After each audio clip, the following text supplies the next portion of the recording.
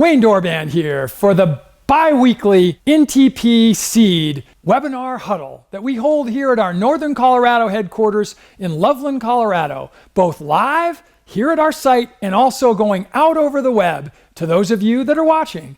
Enjoy what we have for you today.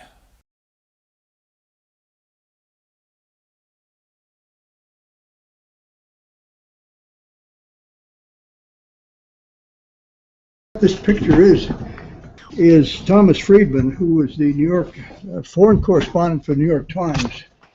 In his book, The Lexus and the Olive Tree, put forth a proposition.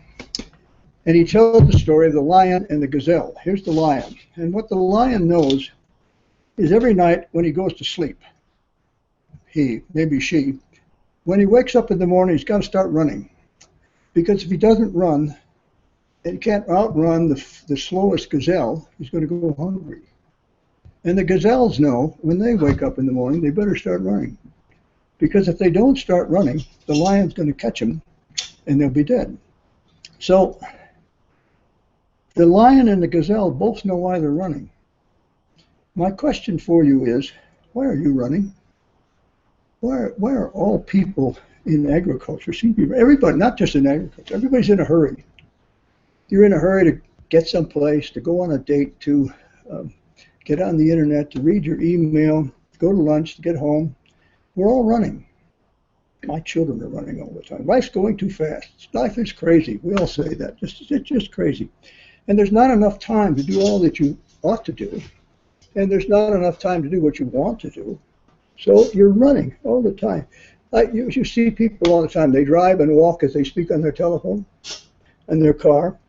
We multitask. We work at the office. We work at home. Everybody seems to be on call all the time now. So why are you running? The lion and the gazelle know. And we are trapped, I suggest to you, as we run, by what I call the conundrum of consumption. A conundrum is a problem with no satisfactory answer. And the conundrum is if we limit the consumer lifestyle to those who have it, that's politically impossible, it's ecologically insufficient, and it's ethically not defensible.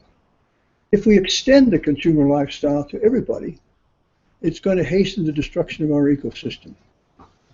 And we're running around to do that. We're busy. So when you get up tomorrow morning, maybe those of you right here in this room, you may wake up not feeling too good, but you may go jogging. You're going to go jogging. And I suggest you think about where you're going and why are you going there. We run in our scientific careers, in your business here, to do the experiments, to write the papers, to get the grants. We run in our personal life to balance family and work, to care for others, to provide a good life for those that we love. And we run in our ethical life. There we are. And we ask ourselves the question, how do we know what to do? How do we know what is right? How do you know that what you're doing is the right thing to do? How do you know that what you choose to do is the right thing to do? There are several ways to know the answer to that question. One is the empirical way. Go do an experiment. You go and see. You study it. Another is a pragmatic way. What works? What gives you the right result? Or what you think is the right result? The other is be skeptical. The truth is always open to question. You never know for sure, because you're always asking what is the right thing to do. But there are other more common ways to know. Authority. My father said, or my teacher said, maybe not your father anymore, but somebody in charge. That's how I know what to do. They tell me. Or tradition. Some of you probably seen Fiddler on the Roof. Tell you, tradition. That's how we know what to do. We've always done it this way. Do you expect me to change? No, we've always done it this way. The law tells us what to do. That octagonal sign that's red with a white letter on it, you stop. Most of the time, you stop. So the law tells us if you do something that's not what you're supposed to do, the law will tell you what you're supposed to do. There's revealed truth, what the church tells you. The church is the authority. The church tells you what you ought to do, and you believe. And then there's another one that I don't have on here. Guilt tells you what to do. I did it that, and it's wrong. I shouldn't have done it that way. Guilt is the gift that keeps on giving. So you know what to do because you did it wrong. But the way I want to talk about is reason, which is the hard way. It's not easy. We tend to emphasize the positive results of what we do, especially in agriculture, and we ignore agriculture's ethical foundation, which I think in large measure is lacking. And if your ethical foundation, your own personal one, or your profession's ethical foundation makes you intolerant, makes you unkind, leads to results that are not good, independent of profit, crop yield, or prestige, you don't have a good ethical foundation for what you're doing. And you ought to. We all ought to. So we're all born with a sense of what's right and what's wrong, or you learn it from your mother and father. But that sense is often unexamined. We don't go back and look. Why is that right? Why is something else wrong? It's a sense that's not supported by careful reasoning. The truest test, in my view, of the moral condition of you, any one of you, or any scientific or other discipline, is the willingness to examine your moral condition. How do you know what's right? How do you know that? And a guide toward helping decide what one ought to do, what's the right thing to do, is found in our ethical principles. Our ethical principles have what we all practice. We all know that. There are societal principles that help us decide what we ought to do. It's not a set of prohibitions. Ethics is not just a bunch of do not rules. Don't do this, don't do that. It's not ideal and useless. It's not relative to your time or place. It's not because we've always done it this way. An ethical judgment that's no good in practice, noble in theory, but no good in practice is not a good ethical theory. It's not one that tells you what you should do. Do not kill, do not steal. It's not just do not rules. It's not relative. Many think ethical acts, what you think you ought to do, are deemed to be right or wrong by the society in which you live. There's no moral judgment that can do more than reflect the customs of your society. If you believe that, think about this. In the 1860s, slavery was perfectly all right in this country. It was morally acceptable. We know now that's wrong. Nazi Germany, it's okay to kill Jews. They weren't real people. It was perfectly okay. Your society told you that. And at that time, you believed it. In many countries in this world, they practice female genital mutilation. You know that's wrong, and you know why it's wrong. But if your culture tells you it's okay, is your culture always right? I suggest no, it's not. So when I say these things are wrong, am I only saying that my society says they're wrong? No. If that's what you're saying, you're wrong. Ethics deals with values.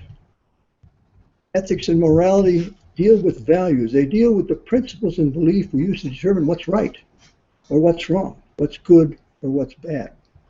Morality is what people believe to be right and wrong. Ethics and morality are often used as synonyms. So ethics for weed science. I was a weed scientist. Maybe I still am. I killed things. And we use ethical terms all day. You use them. This is good, that's bad, that's immoral, that's moral, that's right, that's wrong, it's just, it's unjust. We use those words all the time. You use them. And we have personal ethics, marital sex. You can have it or you cannot have it. It's up to you. You don't have to tell anybody. You're going to vote in the election. You can vote or not vote. You don't have to tell anybody who you voted for unless you want to brag about it. But you don't have to tell. It's a personal ethical standard. Church. You can go or not go to church. You can go or not go to any church. It's your choice. You don't have to tell anybody. You don't have to justify that. You can give money to charity or not give money to charity. It's your decision. Nobody else controls that decision. We have social ethics. Thou shalt not murder. Shouldn't torture, except during the Bush administration, we were sort of wishy-washy on torture. Pornography. There used to be a rule, I think in Colorado and many places, that you could not build a pornographic bookstore within 1,000 yards of a grade school. There's one across the street from my university, so it's not 1,000 yards away, but they're university students. Civil rights, a social ethic. Martin Luther King made a huge difference in our social ethic regarding civil rights. When I was a young boy, civil rights, if you want to give somebody a right, you could, but they weren't social standards. Children, you should not beat your children. If you do, it's okay, unless you get caught. But your social ethics says you should not do that. And we know why you should not do that. We have professional ethics. Don't fabricate the data. Don't fudge the data. Be honest. Give proper credit to everybody that's involved. Make sure Wayne gives you proper credit. Be honest. Report all your results, not just the ones that make you look good.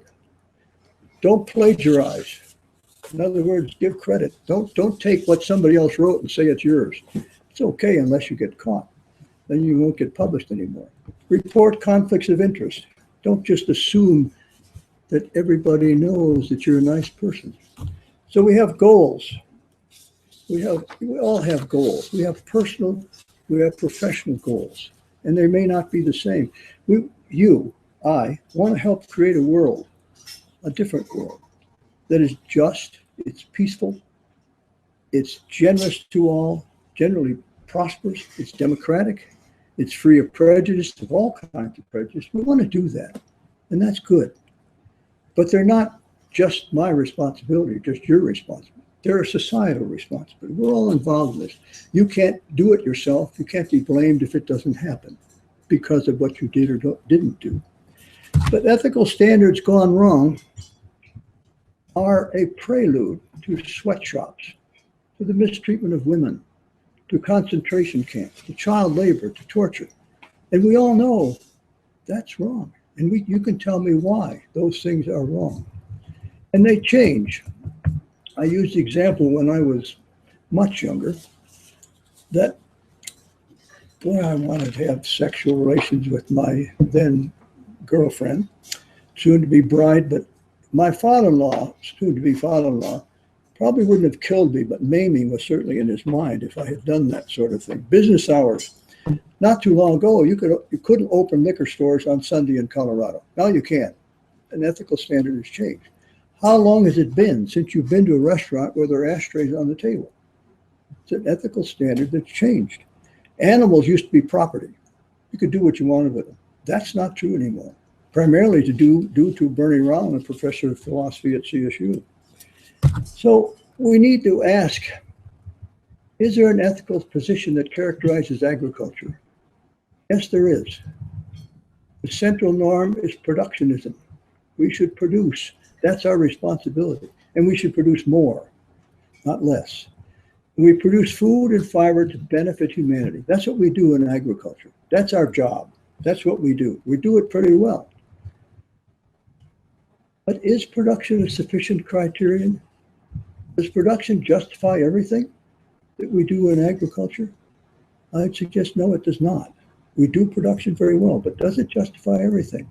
We have responsibilities in agriculture. We're supposed to have a sustainable system. We're supposed to prevent pollution, prevent soil erosion. We're supposed to prevent harm to other creatures, create a good habitat, protect our water. We don't do all that. We do not have at present a sustainable agricultural system. It's too energy, capital, and chemically dependent. It's not a sustainable system. So here you are, Jonathan Swift, Gulliver's Travels. And he gave it as his opinion that whoever could make 2 ears of corn or 2 blades of grass to grow upon a spot of ground where only one grew before would deserve better of mankind and do more essential service to his country than the whole race of politicians put together. Everybody likes the line about politicians. That's it. That's what we do. There it is. Is it adequate? Is Jonathan Swift adequate? We have assumed that it is. And we need to be careful with our assumptions. We've got time. I'll tell you a story about assumptions. A mother and son were having breakfast one morning together. The son said, I don't want to go to school today. His mother said, you just assume you don't want to go to school. You've always had a good time there. The teachers like you. You have many friends. You should go to school. And she said, give me 2 good reasons why you shouldn't go to school. She said, the kids hate me and the teachers hate me. She said, that's not true. You just assume that's true. A lot of those teachers like you. You have so many friends there. You should go to school. It's a bad assumption. So he turned to her and he said, give me two good reasons why I should go to school. He said, you're 52 years old and you're the principal. We have to be careful with our assumptions. And we make assumptions all the time. It's a moral good to feed people. Right. There's no doubt about that. It's a moral good to feed people. Wendell Berry said, you know Wendell Berry? You know Wendell Berry. American author, farmer in Kentucky, written more than 50 books. Wendell Berry said, we live by the assumption that what was good for us would be good for the world. We've been wrong. For I do not doubt, Berry says, that it's only on the condition of humility and reverence before the world that our species will be able to remain in it. He questions our assumptions. So, ethics for agriculture. There is societal concern about pesticide contamination, soil erosion, animal treatment, the loss of family farms. In any state you want to look at in this country, the number of small farms is going down.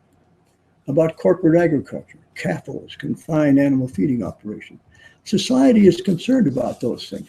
And I'd suggest to you, if those are just fringe concerns, a bunch of wackos out there who really don't understand what agriculture is all about, then they're probably okay. We don't need to worry about them then, because they're just wackos. They're just this fringe that they're always around. So, but if those are general societal concerns, we got a problem. Agriculture has an ethical dilemma because we have this unexamined ethical stance that if we continue to produce enough food, we're okay. We can do anything else we want to, and it's not a problem. But people are concerned about things. They're concerned about, are there definite answers? People in our society are concerned about animal treatment, loss of genetic diversity, pollution from animal factory waste, mining of water, exploitation and cruelty to migrant labor. Society is concerned about that. It's not just a bunch of wackos. So let's ask the question, are there definite answers in ethics? Well, the common answer is no. And one thing that's not shown up here is my moral compass. Do you have it on your box on the side? Well, the moral compass shows several ethical positions. One is, it doesn't matter. There are no definite answers. It's a societal opinion. It's right or wrong now, may not be tomorrow. Who cares? I'm sorry it's not there because it's quite accurate, I think, of how we come to decisions about what's right and wrong. Have you got it on yours? Maybe one more slide down. No. So, ethics for agriculture. Why should we have an ethical stance in agriculture? Why is that important? And it's common to believe that there are no ethical facts. That's right. There aren't any ethical facts. 2 + 2 = 4 always. No doubt about it. It's a mathematical fact. It's not disputable. Are there ethical facts? And one of the complaints about this, one of the comments on ethical facts is what's called verifiability. Verifiability of your opinion. If there's objective proof in ethics, there are facts, it should be possible to prove what is right and what's wrong. You should be able to prove it, not just state it. But in ethics, it's not possible to prove a position. It's not possible to prove an ethical opinion is correct. You can't prove it. After all, it's just your opinion. It's true or it's false. Therefore, people conclude there's no such thing as objective truth in ethics. Now, the problem with this is they use the wrong standard of proof. You're a scientist. I sometimes imagine that I am. And we know about probability. We state that statistically this is right with a 5% error or a 1% error. And we accept that. Well, standard of proof, if that you impose that on ethics, well, maybe you could. It's right 95% of the time. But that's not how we make a judgment. We want it to be proved all the time. And we also have this problem of proving it versus persuading something. There's a lot of dummies out there. And you can't convince a dummy. And we start with the most difficult questions. Should we have abortion or not? Should we have female genital mutilation or not? These are very hard questions. And there aren't any firm answers, but there will be. We know now slavery is wrong. No question about it. You can all tell me why it's wrong. That's an ethical standard that has evolved because we've examined it. But the difficult questions are difficult. They're just difficult. There are objective scientific facts for which there's no proof. Are all diseases infectious? What's the size of the universe? How many planets are there? These are someday will be objective scientific facts, but they're not now. So science is not relieved of the responsibility to prove things. It's just easier. It takes time, but it's easier. So people try to hold out for a higher standard of proof. They try to, the conflict between proving and persuading. A lot of people have very strong beliefs about things. You probably know some of them. Probably not you, but somebody has very strong beliefs, and you can't convince them that you're right and they're wrong. And your argument may not be very good. Maybe an argument that's sort of weak. And you need to work on your argument to try to convince somebody to have a debate, to have a discussion about this. So we start with these really hard questions: nuclear war, abortion, homosexuality, which is well on its way to being solved, pesticides. There's a lot of people who pesticides are bad. They're chemicals, they're poisonous. They are, but are they always bad? So agriculture is the essential human activity. We will never live in a society that doesn't practice some kind of agriculture. But it must have a firm ethical foundation. It's not just about results. Ethical foundation matters because that helps you determine what's right and what's wrong, and how you determine it. 3 points about agricultural science I want to leave with you. Those engaged in agriculture, maybe all of you, are certain about the moral correctness of what they do. It's good to feed people. That's easy to accept. But the basis of their moral certainty is not obvious to those who have it. Why is it good to feed people? And agriculture's moral certainty is potentially harmful because it's unexamined. We haven't really delved into it to say, why is this right? Is this wrong? Why is something good and something bad? So when you begin to look at moral certainty and you debate things, what you're going to find is the debate will reveal the foundational theories. And we don't have time today to talk about that. Wayne will cut me off here shortly. And what you'll find is these are guides. They're not absolute rules. They're not rules that say, thou shalt not. They are guides to help you determine. And they are the invisible foundation, and there's no single principle that's going to be operative in all cases. So the story of modern agriculture is the greatest story never told. I have that title from an article by Hugh Sidey, who was a correspondent for Time magazine. He wrote an article called The Greatest Story Never Told. And it's a productive marvel. More land is required. And we have these societal values. Risk. It used to be that in agriculture, the risk was taken, was assumed by the person who used the technology. That's not true anymore. Pesticides in water, pesticides in your food. The risk is still assumed by the one who uses the technology, but now part of it's been transferred to the rest of us. And nobody asks us. It's just there now. So I mentioned this More Land Required, which still shows up there. There's a book written some years ago by Dennis Avery, who worked for the Hudson Institute in Indiana. And Avery put forth this, what he called a fact: without the yield increases that have occurred in agriculture since 1960, probably before some of you were, the world would now require an additional 10 to 12 million square miles, which is about the land area of the United States, the European Union, and Brazil combined. It would require that much more land for agriculture to achieve the yields we now have. Take a lot more land to do what we now do. That's technology. Modern high-yield agriculture may be not one of the world's problems. It's one of the world's great success stories because our technology has been good. It's the only way we provide sufficient food for all. When I graduated from high school in 1952, the world had 2.5 billion people, and some of them weren't fed. Now we have 7.2 billion people, and about 1 billion of them are not fed well.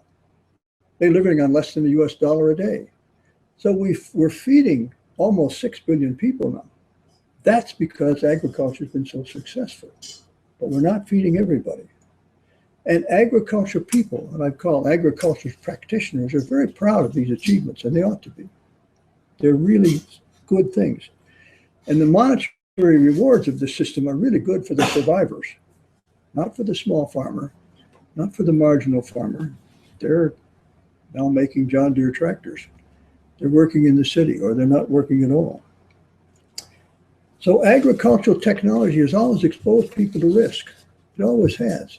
When I was a kid, you heard about people got caught in the combine, got caught in the baler, lost an arm here and there. But that was their risk. That was the farmer's risk. Now we have some of the risk. And we don't have public consent for the fact that we now have that risk. So technology developers, the sellers, the regulators, the users, in their moral certainty that what they're doing is right, have not taken the time to consider or to acquire the public consent for what they do. We've got this capital energy, chemical intensive system. We feed the people, it must be right. But we don't listen. I know in my own discipline of weed science that what I heard so often is, shut up, just listen to me, and I'll convince you that what we do is right. We never turned it around and say, tell me your story. Let me listen to you and see then how we can come to agreement, how we can decide what's right. And we need to participate in that dialogue between the citizens, not the wackos out there, but the citizens, the real people who will lead to a social consensus about what agriculture does. And it will help to increase production, but production will not be its sole justification. So what's the primary problem? Food availability and exemption? Sure, that's a problem. How much is available? Who doesn't get it? Who's exempt? Dialogue is a problem. Listening and understanding are problems. Is the problem food production? Yeah, of course it is. But what about distribution? What about the infrastructure in other countries where they can't get the food to the people who need it? There was a study done by the Institute of Mechanical Engineers in London a couple of years ago that put forth the proposition with data that 50% of the food that's produced never gets to somebody's plate. Or if it does, and Janine and I had that experience at lunch today, I didn't eat everything that was given to me. It was thrown away. It was wasted. We shouldn't waste. A lot of food never gets from farm to fork. Poverty, there's a lot of poor people in this world, in this country, and in the world. I mentioned 1 billion people live on less than $1 a day. They're poor. Do we have a moral obligation to help them or not? So agriculture has social goals, a sustainable, environmentally safe production system that contributes to a just social order. Those are good things. We don't talk about them much. Everybody is for sustainability, just like everybody's for God and motherhood. They're good things. What is sustainability? In agriculture, it's sustain the production system. It's sustain the production system. Well, the environment is good. Water supply is good, but first we have to sustain production. Production is the sine qua non of agriculture. That's what we must do. But if we don't protect the environment, will we be able to maintain production? That's a moral dilemma for us. There are environmental goals. They're related to social goals. We want to be sustainable. We want to protect the land. We want to have values, the right values. And we think, particularly in science, that science is value-free. Science is not value-free. Science is value-laden. Why do you do that experiment? Well, because it's important. Why do you come to this conclusion? Because the data said that, and it's important. It's a value decision. Science is value laden. And in science, the best data win. In ethics, the best reasons win. And we need to think carefully about the reasons for doing what you think we ought to do. Production's got to remain a goal. Social goals are important. Environmental goals are important. So, where am I going here? Well, this is a common defense in agriculture. If we do what you say we should do, Professor, well, there really isn't a problem. It's denial of the problem. The environment's okay. It's getting better. We deny the existence of the problem. And the second defense is it's going to cost too much. We can't afford to do that because it'll cost money and it'll affect our balance of trade. Therefore, we can't do it. Look at the debate in Congress now about Obama's trade deals. It'll affect our balance of trade. Therefore, we can't do it. It may be the right thing to do for other people, but no, we can't do it.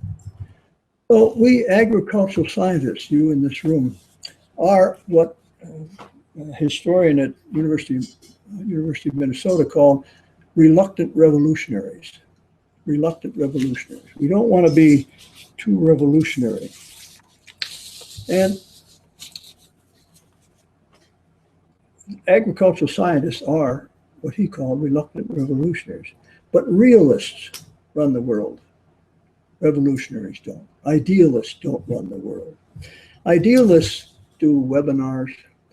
They go to conferences. They talk a lot. But the action's elsewhere.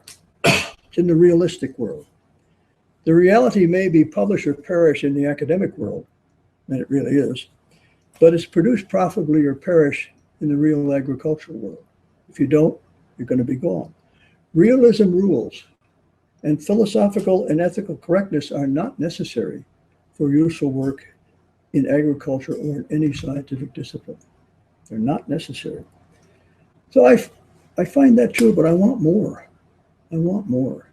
I keep doing this to plead with my colleagues who, like you, they have to listen, but they don't have to do anything. I want us to accept, I want you to accept the difficult task, it's not easy, of analyzing agriculture and its results. We want an analysis that strives for achieving those good goals about agriculture in our society. We want to look at agriculture in society and question what's going on. Question and decide on what is good and what needs modification. And that's not an easy thing to do. That analysis has to include departments of agriculture, universities, specific departments in universities, scientific societies, research institutions, places like yours, that look at our system. What's good, what needs to be protected, and what needs to be changed. And we have to work to strengthen those features that are good. We certainly want to maintain production and change those that are not. And we have to be sufficiently confident of our skills to examine what we're doing. You got to be good managers. You have to have good management skills. You got to be good business people. Wayne has to pay you all. That's a good thing to do. Intellectual rigor annoys people. They don't want their assumptions questioned. They want to use them. We all want to use our assumptions. You don't want to go to school today? Well, we don't want to challenge our assumptions. We want to use our assumptions, and we all do. Leo Tolstoy, Russian author, wrote about art. Tolstoy said, I know that most men, not only, and this was a long time ago, so he didn't mention women, not only those considered clever, but even those who are very clever and capable of understanding most difficult scientific, mathematical, or philosophical problems can seldom discern even the simplest and most obvious truth, if it be such that it obliges them to admit the falsity of conclusions of which they are proud, which they have taught to others, and on which they have built their lives, that this opinion may be false. So agriculture has many forms. It's productive, it's scientific, it's environmental, it's economic, it's social, it's political, and it ought to become moral. That is, in the sense we ought to consider the moral dimension of agriculture. We live in a post-industrial, information age society. We do not, and no one ever will, live in a post-agricultural world. Not possible. Our challenge is to make sure the agricultural foundation is secure, so the industry survives, so we can continue to feed everybody. It is the largest and most important interaction between humans and the environment. Many people don't think about that. Farms are nice, they look nice out there in the country. But in a couple minutes, if you go into a museum and you destroy a work of art, you're a criminal and you'll be arrested. You go out there in the world, you destroy a work of nature, build houses, you're a developer. We don't think about this largest and most important human interaction. Fort Collins in 1940 was 14.6 square miles. Now it's over 60. That's all agricultural land. Paul Gauguin, French artist, painted his masterpiece, and I wrote it down here. Gauguin painted his masterpiece in 1897 in Tahiti. It is 5 by 12 feet. In the upper left corner where you can't read, it says three things. He asks three questions. D'où venons-nous? Que sommes-nous? Où allons-nous? In English, where do we come from? Where are we? Where are we going? Those are your questions. Thanks for paying attention. Do you have questions? Don't ask those, because those are your questions that I leave with you. But I will say the paradigm is changing. The paradigm that has ruled agriculture for so many years is changing. Get ready. That's it. Awesome. Thank you. So think of questions. Everybody. Only easy question, no hard one. And we have plenty of time. We're a little 10 minutes. Yeah, we will go back to Go back. go back to the. But Yeah. we really shouldn't go back. We should go forward. Yes, we should go forward. Oops, I clicked on. I'm not using this computer, so it's that one. That We're gonna works for you? stop screening. The system work. Excellent. Okay. Yeah. Okay. Well, thank you so much. That was awesome. I have a bunch of questions, but I'm gonna let everybody else think about what they might want to ask first. We should ask them because they'll probably be on the quiz. We've got people are online that were asking Deb questions, and we had a little bit of a challenge today. We apologize on the front end, and actually one of them was totally my fault. I didn't have the microphone on until just before Dr. Zimdahl started talking, so we got all of that, but we didn't get my introduction. So I'm going to now introduce him again because I didn't get it at the front end. He is a professor emeritus at CSU and weed science, but that was going to be my first question. When did you begin to think about our agricultural ethics? I'll try to make a long story short. In 1971, I went to a meeting of the Weed Science Society of America. This was just at the Vietnam era. And Agent Orange, combination of 2,4-D and 2,4,5-T, was being used as a weapon of war in Vietnam. I gave a paper called 2,4,5-T because 2,4,5-T is a phenoxyacid herbicide. It was the one that had 2,3,7-A tetrachloroparadioxin, the dioxin contaminant that caused teratogenic effects in pregnant women. I gave this paper. They didn't quite know what to do with it. And when I finished, I gathered up my slides and went to the door in the back of the room. There were 6 gentlemen, senior weed scientists, really old guys, they're probably in their 60s, standing by the door. And they proceeded to thank you for the paper. And then they told me, yes, something is wrong. But it was not wrong with 2,4,5-T, it was wrong with me. I was questioning our tools.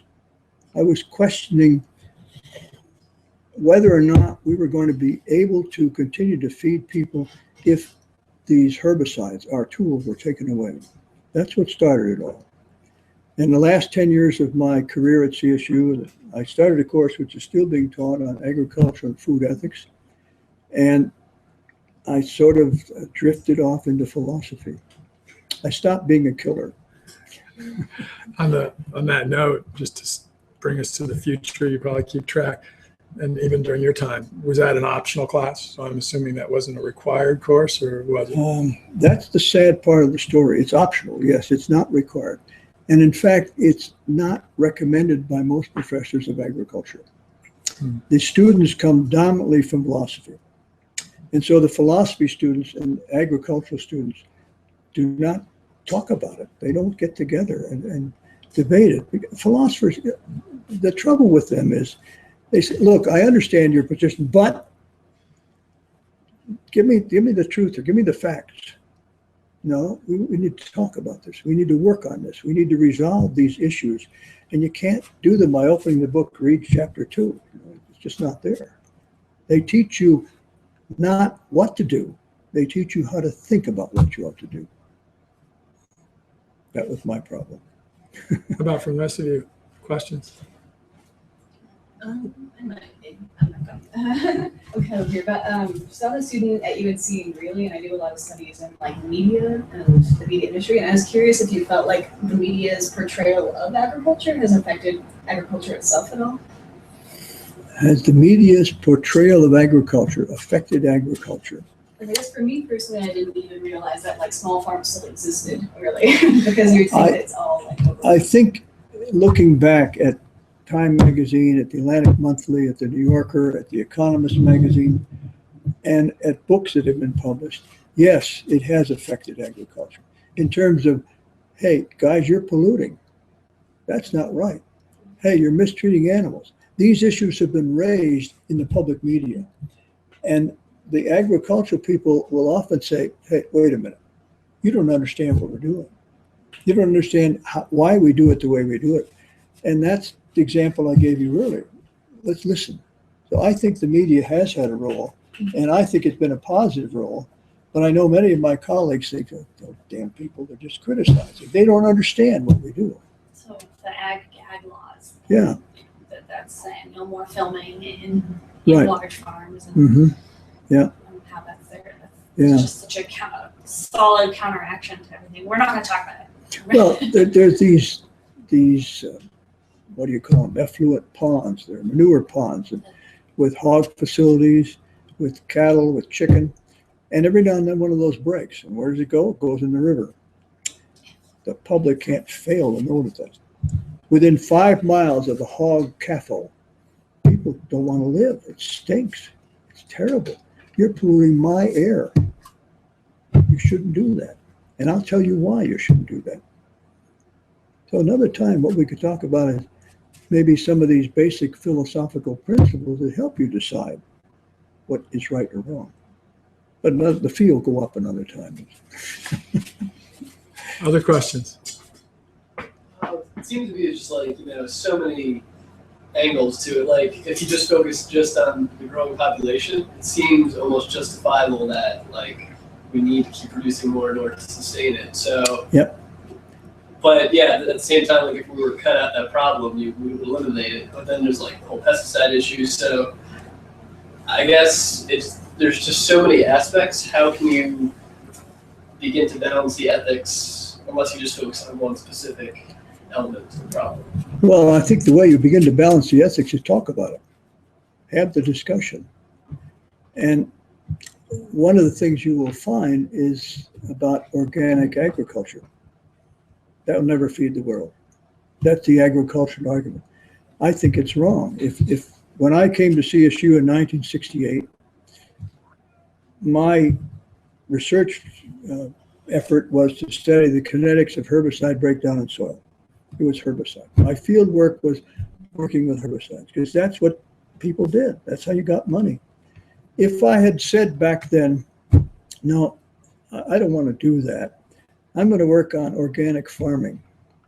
Well, I wouldn't be here today. I wouldn't have received tenure. I wouldn't have been promoted. I'd have been selling life insurance someplace, which may not be a bad thing. But to try to work on organic agriculture back then was a futile exercise. Now CSU has an organic agriculture program. There are enough organic farmers around showing it can be done. So yes, we can begin to feed the world, not with organic agriculture now, but there's no reason that we can't do it someday. And that's taking away some of this energy, chemical, capital intensive system.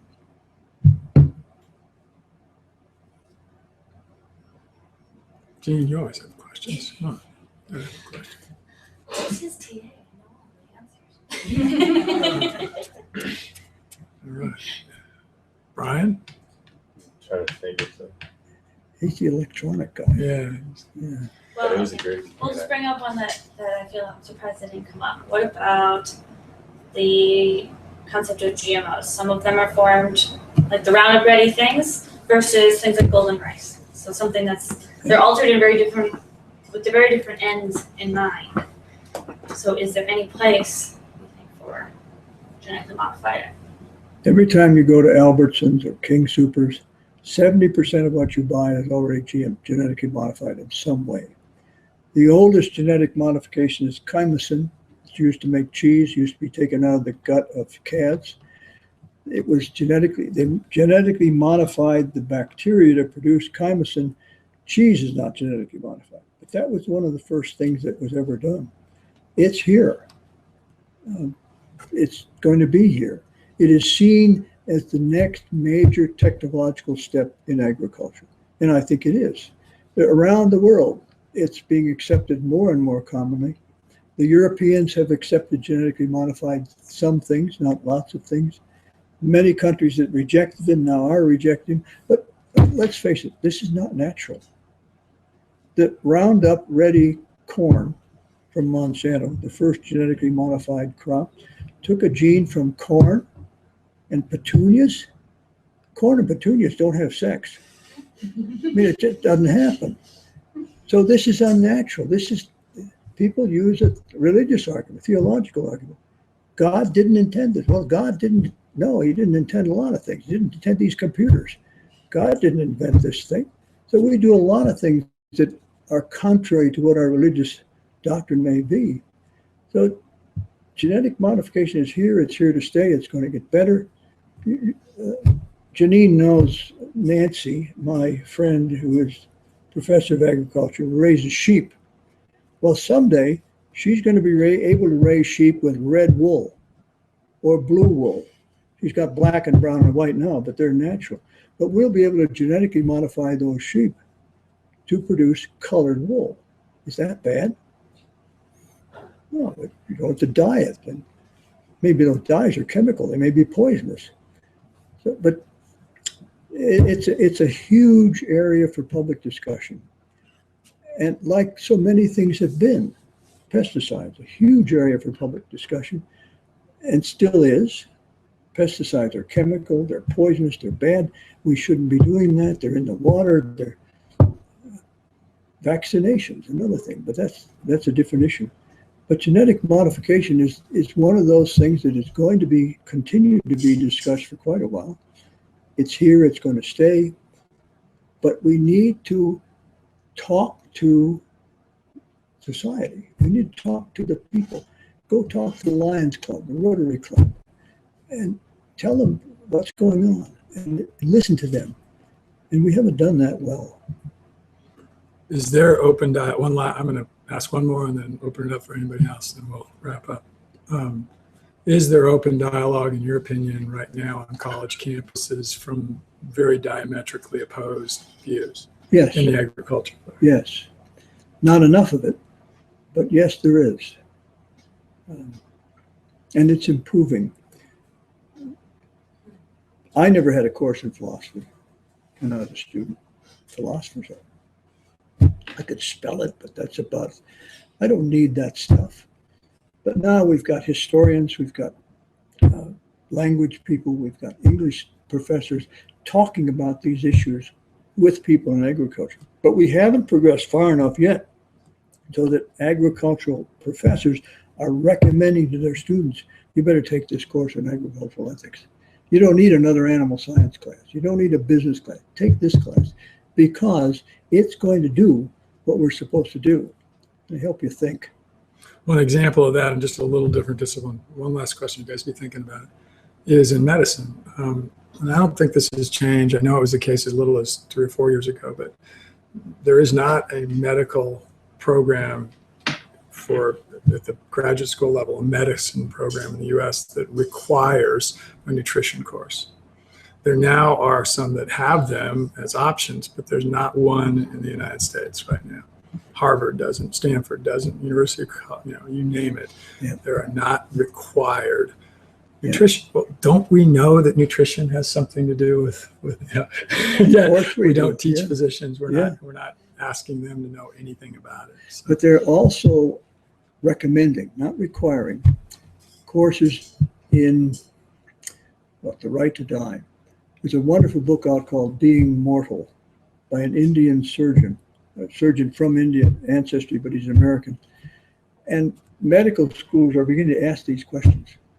How is it right to assist death? There's a big major article in The Economist magazine this week. It's time to permit that across the country. So we're changing. We're gradually changing. We're getting better at asking hard questions. Any other hard questions? I've got to leave. Yeah, and we're going to wrap up. So thank you, everybody. Again, this will be recorded, and Brian will do some editing. I don't think we're going to need much.